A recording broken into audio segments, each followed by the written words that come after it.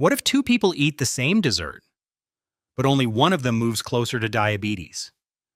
Most people see diabetes as sugar in, diabetes out. But your body is not that simple. Sugar can be part of the problem, but it is not the whole crime scene. To understand what happens, we have to follow sugar after it enters the body and watch insulin try to control it. And the first twist is this: sugar itself is not always the enemy. Sugar is not poison. It is fuel. When you eat rice, bread, fruit, milk, sweets, or many other foods, your body breaks part of that food down into glucose. Glucose is a type of sugar, and your body uses it as energy. Your brain uses it. Your muscles use it. Even when you are sitting still, your body is using energy to keep you alive. So the moment sugar enters your blood, that does not mean something bad has happened. After a meal, blood sugar naturally rises. Then your pancreas releases a hormone called insulin. Insulin helps move glucose out of the blood and into the cells, where it can be used for energy or stored for later. So diabetes is not just about sugar entering the blood. It is about what happens when the body can no longer control that sugar properly. And this is where the real story begins, because sometimes insulin is present, but the cells stop responding to it. When insulin starts losing control, think of insulin like a key knocking on the doors of your cells. When the key works, glucose leaves the blood and enters the cells. But in type 2 diabetes, many people first develop something called insulin resistance. This means the body's cells do not respond to insulin as strongly as before. Now the pancreas has to work harder. It releases more insulin to push the same amount of glucose into the cells. For some time, this hidden struggle may continue without obvious symptoms. Blood sugar may look almost normal because the pancreas is doing extra work in the background. But if insulin resistance keeps increasing, the pancreas may fail to keep up. Glucose stays in the blood longer. Prediabetes can appear, and if the process continues, type 2 diabetes can develop. A lifestyle that keeps the body overloaded again and again can push the insulin system toward failure. And one of the easiest ways to overload it is through sugar that does not even feel like food. The hidden sugar trap. Most people think sugar means candy, cake, chocolate, tea, or sugar in tea. But some of the strongest sugar hits come from drinks. Soft drinks, packaged juices, energy drinks, sweetened coffees, flavored milks, and even some healthy-looking drinks can deliver a large amount of sugar very quickly. The body can drink these calories fast, but the stomach may not feel full in the same way it does after solid food. This matters because too much added sugar can add extra calories. Extra calories can lead to weight gain. And weight gain, especially around the belly, can increase insulin resistance. But this does not mean every sweet food has the same effect. A whole fruit is different from a sugary drink. Fruit contains fiber, water, vitamins, and natural sugars packed inside the food structure. A soft drink gives sugar quickly without fiber and without much fullness. So the question is not only, does it contain sugar? The better question is, how fast does it hit the blood?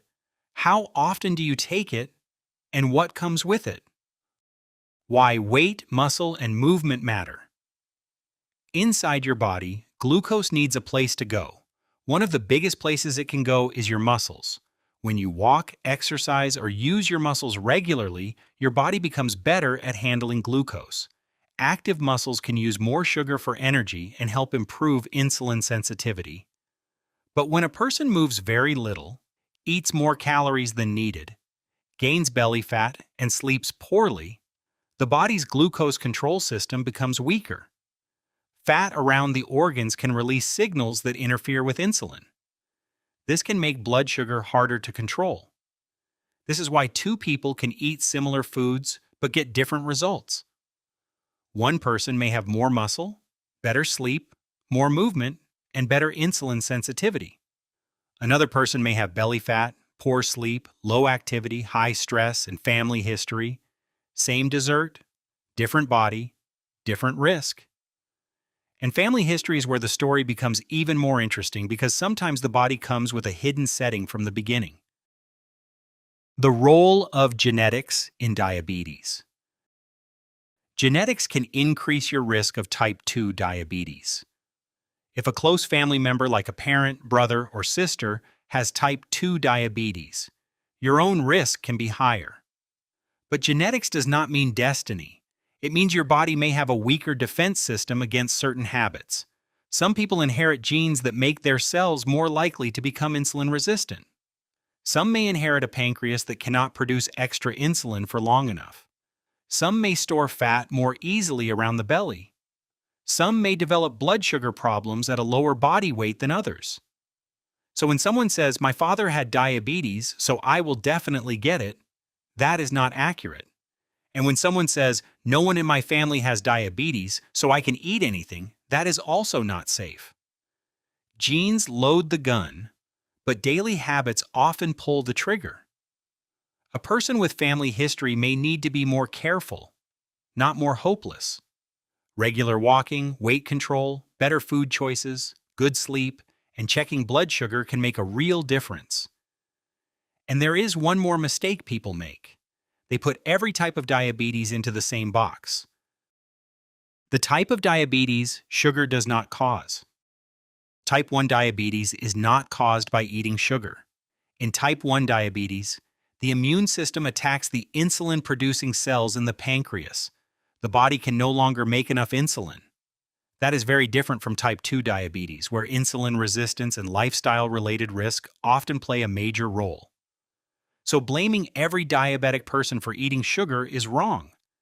Even in type 2 diabetes, the answer is not as simple as "you ate too much sugar." The real chain is more complex. Genetics, body fat, muscle activity, insulin resistance, food patterns, sleep, stress, age, and overall calorie intake. Sugar can add fuel to the fire, especially when it comes from drinks and processed foods. But it is not the only matchstick. The real danger is when small daily choices repeat for years until the body's control system starts breaking down silently. And that brings us to the final answer. So does sugar actually cause diabetes? Here is the clearest answer. Sugar does not directly cause every case of diabetes. One dessert does not destroy your pancreas. But too much added sugar, especially from sugary drinks and processed foods, can increase the risk of type 2 diabetes by contributing to weight gain, repeated blood sugar spikes, and insulin resistance. So sugar is not innocent, but it is also not the only villain.